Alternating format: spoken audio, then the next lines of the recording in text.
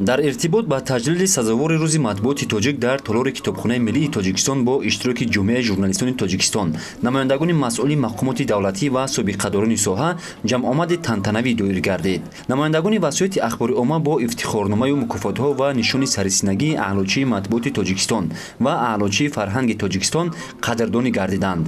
Инчунин чун анъана дар ин рӯз ба беҳтарин журналистон ҷоизае ба номи Абулқосим Лоҳутӣ тақдим карда шуд ки барои дарёфти ҷоиза 35 нафар ба даври ниҳоӣ роҳ ёфтанд.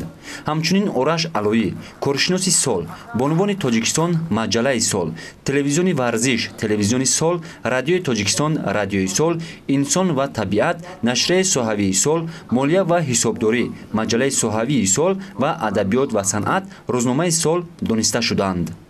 به خاطر دستگیری نمودن ژورنالیستان جوان جایزه اتفاق ژورنالیستان توجیکستان به نام واحد اسراری به 3 نفر دانشجویان از 3 منطقه جمهوری تقدیم کرده شد و تمام تلاش با آن خاطر است که امسال نمایندگان وزارت اخبار عامه وابسته به بیماری همگیر توانستند برای رسانیدن اطلاعات واقعی برای مردم زحمت کشند و موفق هم شوند. از این خاطر هم صاحب جایزه گردیدن آنها نشانه تقدیر زحمت خود آنها می باشد.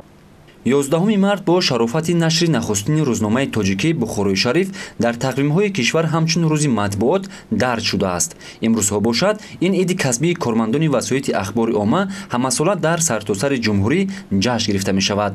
Таъкид ба ёдоварест ки соли 1994 парлумони Тоҷикистон 11 мартро ҳамчун рӯзи матбуоти тоҷик эълон намуд. Аввалин нашрияи сирф бо забони тоҷикӣ Бухорои Шариф дар Осиёи Марказӣ рӯзи 11 марти соли 1912 дар чопхонаи Кагон, маҳалле дар наздикии шаҳри Бухоро вуҷуд дошт, рӯи чоп омад.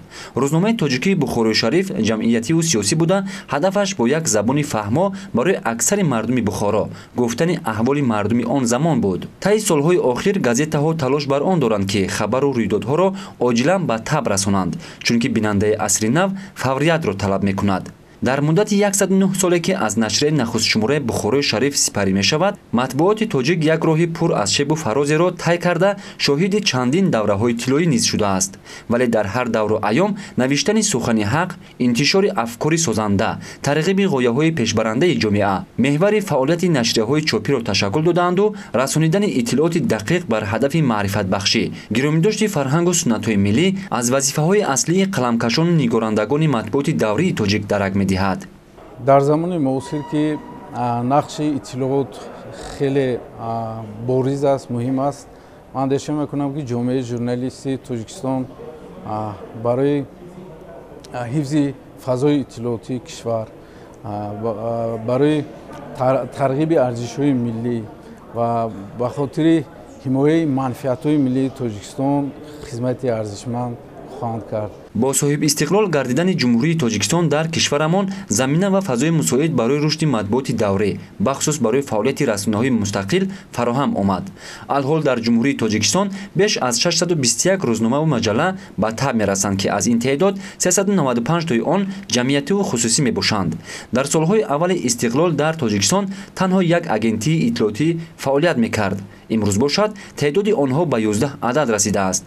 از این میان یک آژانسی ملی اطلاعاتی تاجیکستان خاور بوده 10 عددش مستقل می باشد. چنین پیشروی و دستاوردها در واسطه‌های اخبار الکترونی بیشتر به نظر می رسند. مثلا در زمان شوروی در تاجیکستان یک شبکه رادیویی و یک شبکه تلویزیونی موجود بود که با وقت محدود پخش می‌گردیدند. عین حال باشد فضای اطلاعاتی جمهوری تاجیکستان را 46 شبکه رادیو تلویزیونی با فعالیت شبانه روزی خود پر کرده، از این 28 شبکه‌اش خصوصی می‌باشد که این شهادت است از آزادی بیان و وضع مساعد فعالیت وسایل اخباری عامه در کشور. ابراهیم نعمت، محمد نبی میرزا رحیم، جهانما.